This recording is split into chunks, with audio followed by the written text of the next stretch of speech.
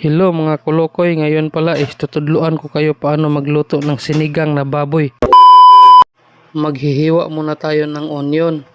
At pagkahuman, maghihiwa din tayo ng 3 pirasong kamatis.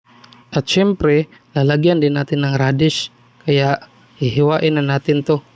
At pagkatapos, idadason dayon natin ang gabi. Para masaya sila ba? Islicein lang kahit anong shape kasi dudugmukin lang naman natin yan mamaya. Tapos pipikasin din natin yung baboy sa saktong hiwa lang. Hindi masyadong malaki at hindi naman masyadong magamay. Kaya susugdan na natin. Ilagay ang baboy sa kalaha at pagkahuman isasagol ang bombay at ibubutang din ang kamatis at ihalo-haloin mo.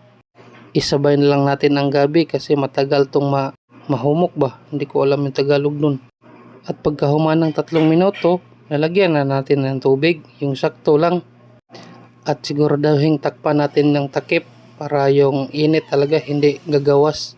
Pagkatapos ng ilang minuto, pipisain natin yung mga kamatis at gabi para mamix siya sa sa tubig ba?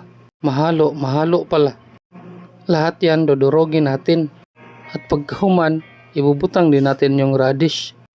Tatakluban natin at hintayin natin ng ilang minuto.